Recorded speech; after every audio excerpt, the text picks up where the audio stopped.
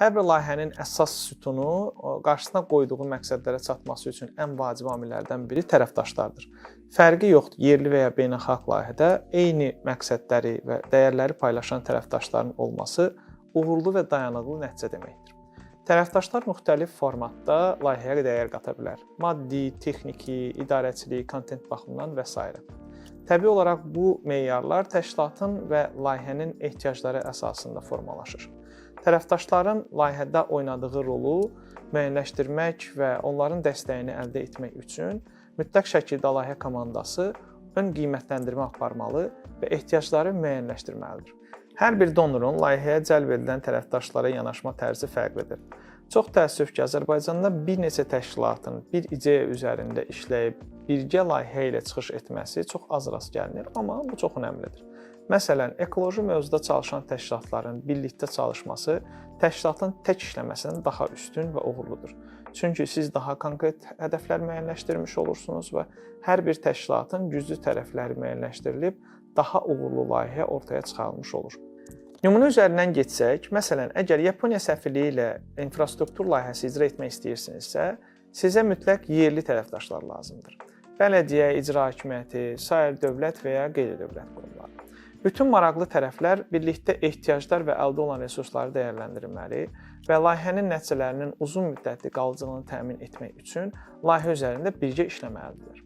Belə olan halda siz bu regiondan və ya icmadan getdikdən sonra yerli tərəfdaşlar o ideyanın davamlılığını təmin edə bilir ki, bu da sizin layihənin bir növ ən önəmli uğurlarından biri olur. Eyni zamanda beynəlxalq layihələrdə də vacib nüanslardan biri tərəfdaşlardır. Hansı ki, siz bu tərəfdaşlar sayəsində bütün tərəflərin problemlərini və ortaq cəhətlərini ölçmüş, birlikdə bir ideya üzərində işləmiş, sizin və digər tərəfdaşların ideyalarından olan fərqlilikləri və ortaq cəhətləri tapmış, cəmiyyət və icma üçün faydalı layihələr icra etmiş olacaqsınız. Beş-Arqa fondu üzərindən danışsaq, burada tərəfdaşların rolu daha da böyükdür.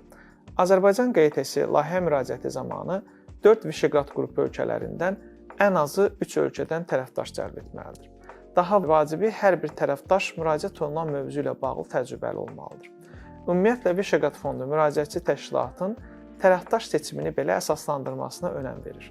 Niyyət bu tərəfdaş, layihəyə nə kimi fayda verəcək, nə zamandan bəri əməkdaşlıq edirsiniz və s. kimi əsaslandırmalar istəyir. Hətta layihəyə cəlb edilən tərəfdaşların saytlarının olması belə tələb olunur. Erasmus Plus və Avropa Həmrəylik Korpusu proqramlarında önəmli olan nüanslardan biri də budur ki, siz mütləq şəkildə Avropa İttifaqı proqram ölkələrindən ən azı bir tərəfdaş təşkilat cəlb etməlisiniz.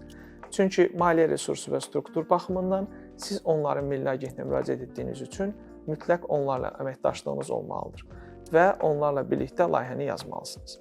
Əgər layihəni Azərbaycanda icra etmək marağındasınızsa, mütləq şəkildə yerli nüansları nəzərə alıb layihələrin mövzusunu birlikdə işləməlisiniz. Ümumiləşdirsək, hər bir layihənin icrasında və uğurlu nəticə əldə etməsində tərəfdaşların rolunun dəqiq müəyyənləşdirilməsi, onların prosesə hansı formatda və necə daxil olmasını konkretləşdirmək hər bir layihənin təşkilatın ideyasının uğurlu nəticələnməsinə təsir göstərir.